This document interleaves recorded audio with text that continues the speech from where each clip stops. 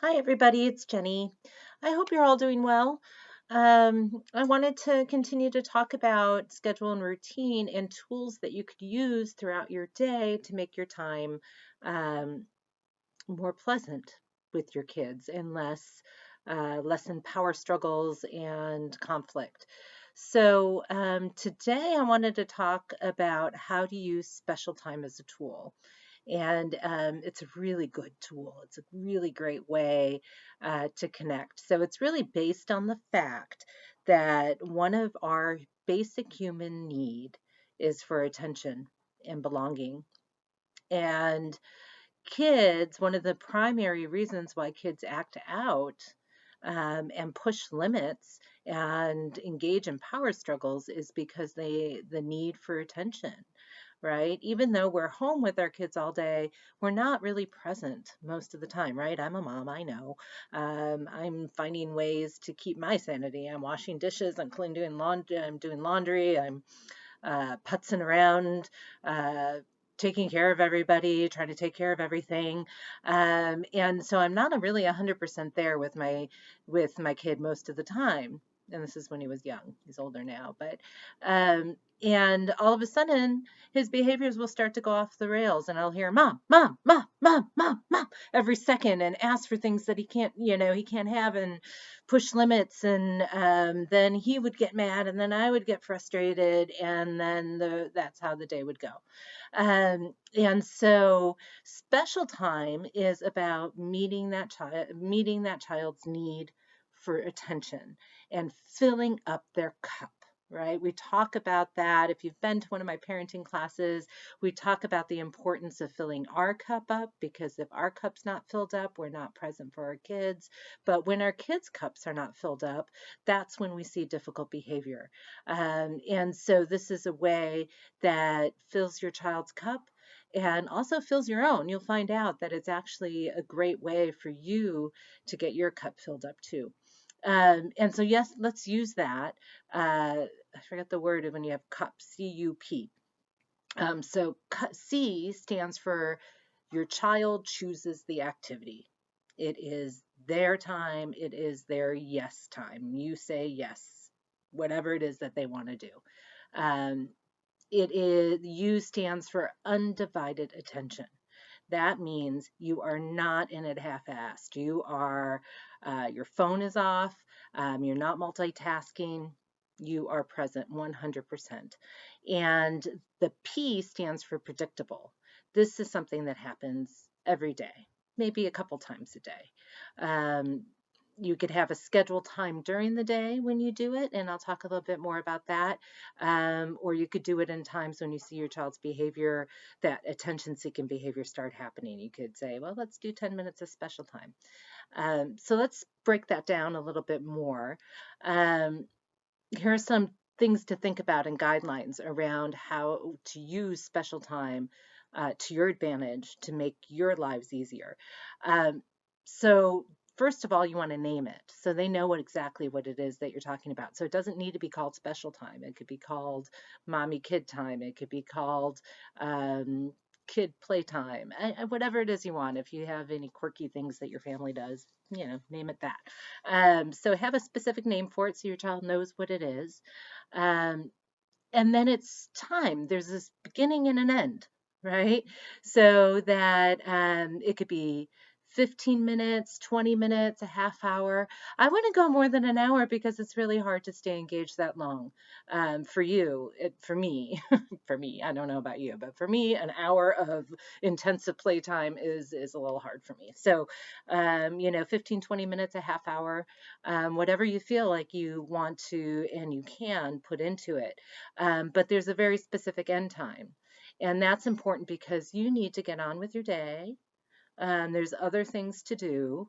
Also, remember, it's their choice. They get to do whatever it is that they want to do during that time. And there's a lot of things that your kids choose to do that you may hate doing. I know I do.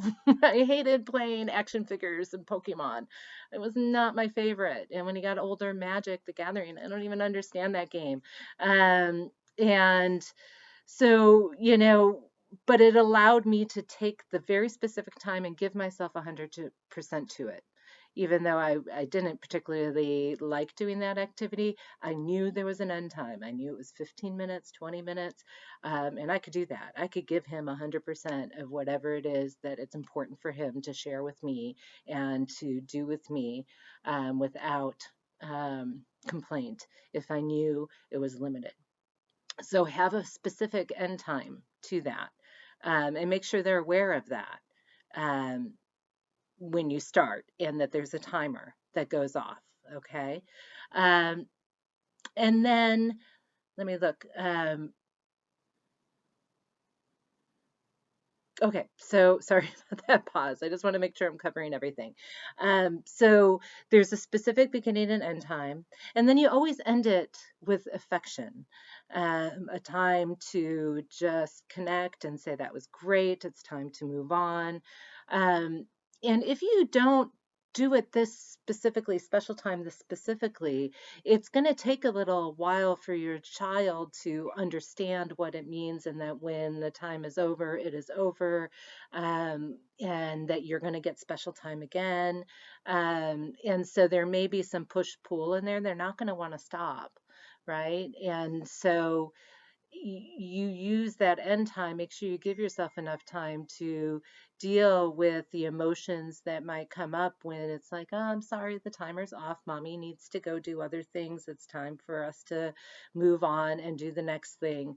Um, because it is going to be a little bit of a challenge. But once it's consistent and once they understand what it is, they're going to understand that it's over, and they may try to make it go longer, but they're going to know. They're going to know they're going to get it again the next day or later on today.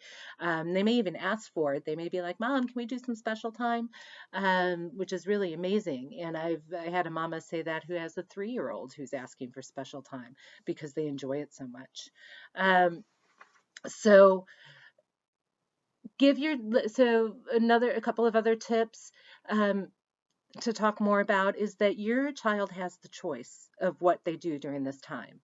So you could have an overall rule that we need to stay in the house, or we can't play with food because we don't have a lot of food, or if it's around safety. But other than that, they get to do it. I have one kid who thinks it's the funniest thing in the world to lick his mom's face, and that's what he wants to do when he has special time. And so mom's like, "Oh no, don't!" And he's laughing and laughing, and they have so much fun, and it's gross, but it's his choice. He gets to do it, and mom embraces it, and makes it super fun. Some kids are going to want to do crafts. Some kids are going to want to read. Um, some kids, when you have older kids, sometimes special time is them you sitting and playing video games with them if that's what they really want and want to include you in.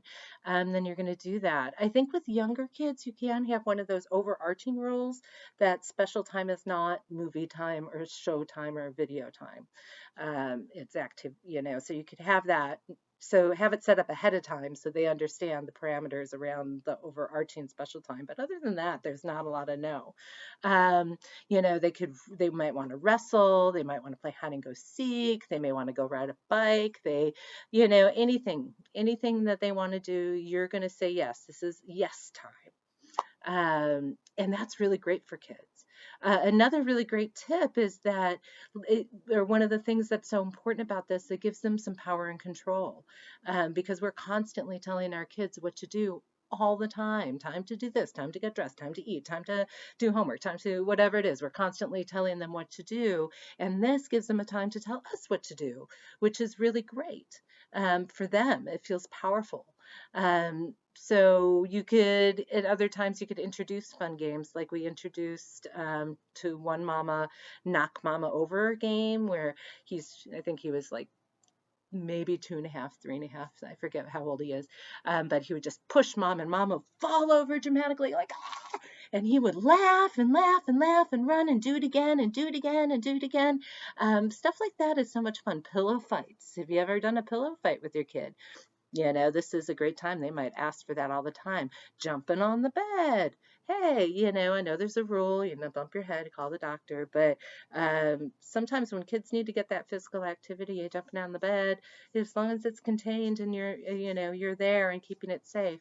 If you're playing roughhousing during special time and they do hit or they do um, kick or become overly aggressive, just a really gentle, don't stop the game, don't get mad, just say, oh, no hitting, and just keep proceeding. No kicking, because it's their special time. And yeah, sometimes when you play rough with your kids, there are casualties, but it's worth it. I've gotten knocked in the nose a couple of times and hit. It's not on purpose. It's not aggressive. It's just because you're playing really hard, and that's okay. Um, so other points, so your child picks the activity, right? Undivided attention, let's talk more about that. It's not time for you to look at your phone. It's not time for you to talk to other people. It's not time for you to like, excuse me, I got to go use the bathroom. It's like, no, you are there. You are there 100%, 100%. And again, that it's predictable. They know they're going to have it. And so there's times where you could do specific times you could do it during the day. Then some really great, I know several parents who do it right when that child wakes up. One mama in particular had a kid that just getting ready in the morning was just nightmare. She wouldn't want to get up. She didn't want to get dressed, and she would just push every limit possible. And so mom decided to do special time right when she woke up. Like 100%, I'm there. What do you want to do? Let's take 10 minutes where we could do whatever you want. And she would, they'd snuggle, they'll play, they'll, do stuff. And then when it was time to 10 minutes was up and it was time to get ready, no argument. Her cup was filled up. She got that attention she needed first thing, and the day went on. Um, so that's one time to do it before you go to appointments, before you do homework, when things are stressful, and when you notice your child going off the rails, you could see their need for attention. You could say, hey, let's do 10 minutes of special time. Sometimes that wards off difficult behavior because they're getting that cup filled up and that need for attention. You could do it. Uh, right after breakfast, before, they kind of get ready for the day and then do some special time. The rest of that day is going to flow better. Um, before meal times, before chores, before difficult transitions. Those are great times to just, because you're filling up their cup before they start seeking attention in negative ways. Um, and uh, yeah, so that's super, super helpful. Um, Other things to know, um, things not to do during special time. You do not give advice. You do not tell your child what or how to do it, right? If they're playing with something and they're playing with it completely wrong and it's driving you crazy, zip, just go with it. Follow whatever it is that they're doing. Follow their directions. They like to tell you what to do, and this is their time to tell you what to do and how to do it and what to say. When kids get around 4, they start giving you very specific instructions. Now you say this and you say this, and that's great. That's exactly what they should be doing. Don't multitask. Don't talk to others. Don't modify your child's ideas unless it's about safety. Um, and a big one, it's never a reward or consequence. It's not, they cannot lose special time. Special time is a given. Even if they were a stinker all day and they push limits, they hurt their sister, whatever it is, they still get their special time because it's not based on their behavior. It's based on your connection and your love for them. Okay, so it's something that they'll always have. They can't get it taken away. And it's not a reward. Like if you do what I say, then we could have special time, right? Because special time is going to happen no matter what. You will see it will make a difference. I think there's probably a lot of things that I'm forgetting to talk about, um, but it is a fabulous, fabulous tool if used correctly. One other thing to remember again is that, just to remind you, I think I said it earlier, is that when they're not used to this format of special time, it's going to take an adjustment for everybody in the family. There's going to be some trial and error, right? There's going to be some learning that's happening, that they understand that when it's over, it's over, that mom will do special time, you'll always get special time. And when they kind of understand what part of the day it's going to be, it's going to make things easier.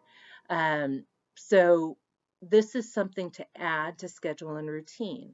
So think about your flow of the day. You want a nice flow of the day. So you get up in the morning, right? Maybe you do some special time right away. Maybe you do it after everybody's dressed and brushing their teeth and you've had breakfast, and then you get the mom's full attention or dad's full attention for 15, 20 minutes and then move on. It's great if you do one kid at a time. Um, and I think that's not possible sometimes. If you have a real young one and an older one, maybe when that one naps, that's your time to do special time with the older one. Um, Try if you have if you're co-parenting with somebody, one parent could have special time with this one and you could have special time with this one, and then you could swap. If you have multiple kids, maybe it's just 5-10 minutes of special time, right? And maybe once a week you could schedule a longer period of special time with each kid.